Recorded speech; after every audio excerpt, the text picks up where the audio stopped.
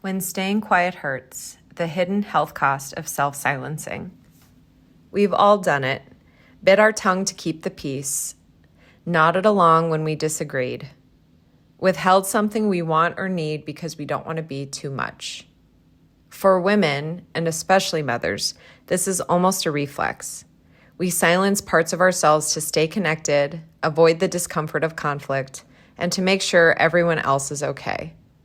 But what if that silence, repeated day after day, year after year, doesn't actually keep us safe, but keeps us sick? What is self-silencing? Self-silencing is the habit of withholding your true feelings, needs, or opinions to maintain harmony or meet others' expectations. It's the inner voice that says, "Don't rock the boat," or "keep the peace." Originally studied by psychologist Dana Jack, self-silencing has been linked to depression, anxiety, and chronic stress, particularly in women who are socially conditioned to equate love with self-sacrifice. Modern research is showing that this is not just a psychological or behavioral pattern, it's also a physiological one. The biology of staying quiet. When we suppress our emotions or fail to speak our truth, our nervous system experiences it as a threat. The stress hormones that flood our body during this freeze or fawn response weren't designed to be chronic.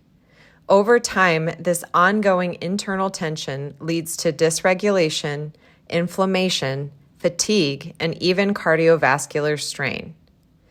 In one study published in Psychosomatic Medicine in 2022, researchers found that women who habitually self-silenced during conflict had significantly higher carotid artery plaque, which is an early sign of heart disease, even after controlling for traditional risk factors.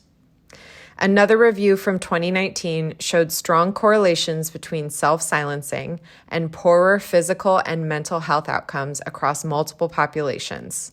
The body keeps the score. Dr. Todd Rose and the Cost of Staying Quiet. Dr. Todd Rose, author of Collective Illusions and co-founder of the think tank Populace, has spent years researching why people suppress their authentic voices. His findings are staggering. Nearly 2/3 of Americans admit to self-silencing because they believe their opinions differ from the majority. Yet, in his research, he's discovered that the reality is that most people actually share very similar private beliefs. In other words, we silence ourselves for a group that doesn't actually exist. Dr. Rose calls this phenomenon a collective illusion, when individuals conform to a perceived social norm that is itself an illusion created by everyone's silence. The result? A society disconnected from its true values and individuals disconnected from themselves. As Dr. Rose says, the only truly bad decision is when you violate your own values to conform to a group that didn't want that from you in the first place. This misalignment between who we are and what we express isn't just a philosophical problem. It's an energetic and biological one. Living out of alignment creates stress, erodes self-trust, and fragments our sense of wholeness, not to mention destroys a healthy society. Why mothers are especially vulnerable. For mothers, self-silencing can feel like part of the job description. The cultural script of, quote, good motherhood rewards selflessness and emotional containment. Mothers are expected to keep the family calm and hold it all together, all while feeling grateful and not complaining. But when we disconnect from our own needs in service of everyone else's, we not only burn out, we teach our children, especially our daughters, that love requires self-abandonment. The highest form of motherhood, one that celebrates the divine feminine, isn't about perpetual self-sacrifice. It's about speaking your truth, taking up space, and practicing presence and authenticity, all of which can only exist when we're fully connected to ourselves. Returning to wholeness. In my coaching work, I approach healing from a holistic lens, recognizing that our mental, emotional, physical, and spiritual selves are deeply intertwined. Self-silencing fractures that connection. Holistic wellness restores it. Here's how. 1. Emotional awareness. We begin by noticing where we silence ourselves, in relationships, at work, in our inner dialogue. Journaling, reflection, and somatic awareness help surface the moments we shrink.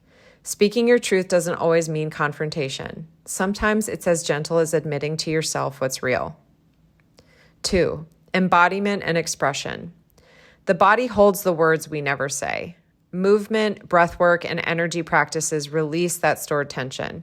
As you reconnect with your physical sensations, your voice naturally strengthens because your body begins to feel safe enough to express.